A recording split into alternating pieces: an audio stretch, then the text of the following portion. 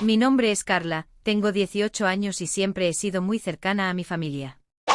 Mi madre y mi padre han estado juntos desde que tengo memoria, y nunca imaginé que algo podría romper la perfección que creía existía entre ellos.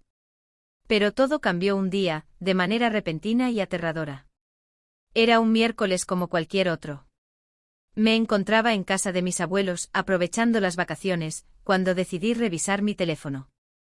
Vi un mensaje de mi amiga Valeria, que me pedía que le enviara un enlace para una serie que estábamos viendo. Así que sin pensarlo demasiado, me dirigí a las aplicaciones de mensajería y me encontré con algo que no había anticipado. Un mensaje abierto en la pantalla de mi padre. Un mensaje de texto que se le había enviado a mi madre, pero este no estaba dirigido a ella, sino a alguien más. El nombre de la persona era desconocido para mí, y algo me hizo sentir que tenía que investigar más.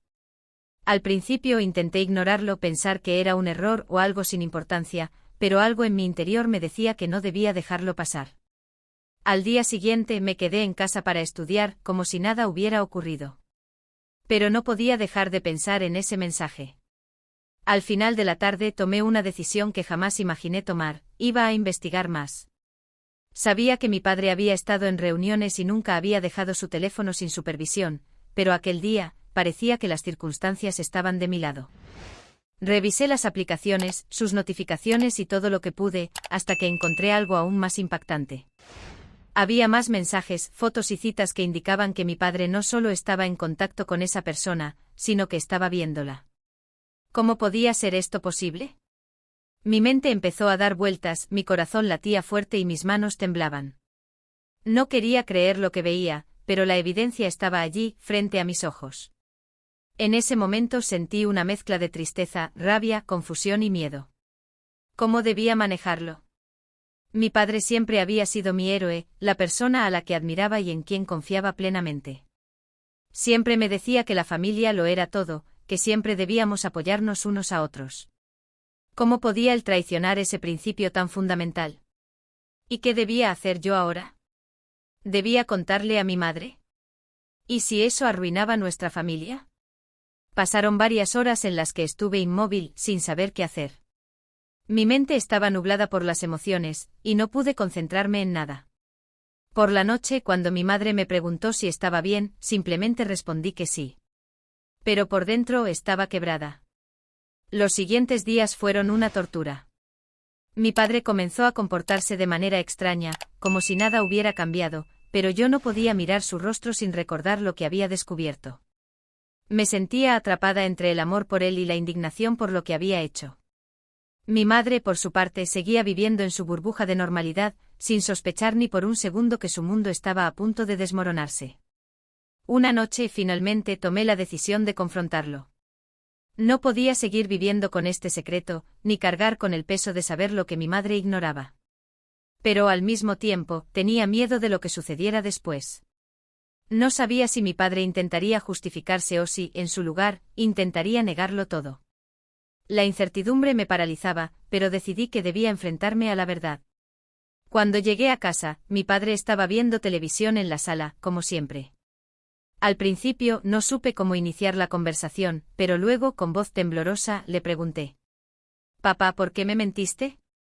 Él me miró confundido, sin entender a qué me refería. Pero yo ya no podía callar más. Sin pensarlo, le mostré el teléfono, las pruebas que había encontrado. Sus ojos se abrieron en shock y por un momento parecía que no sabía qué decir. Me senté frente a él, esperando alguna respuesta, pero las palabras parecían haberse quedado atrapadas en su garganta. Finalmente, después de lo que parecieron minutos interminables, comenzó a hablar. Me explicó que llevaba meses pasando por una crisis personal, que había hecho algo de lo que se arrepentía, pero que no sabía cómo salir de esa situación. Me dijo que no había querido lastimar a mi madre, pero que se sentía perdido y solo, como si la relación con ella se hubiera apagado con el tiempo.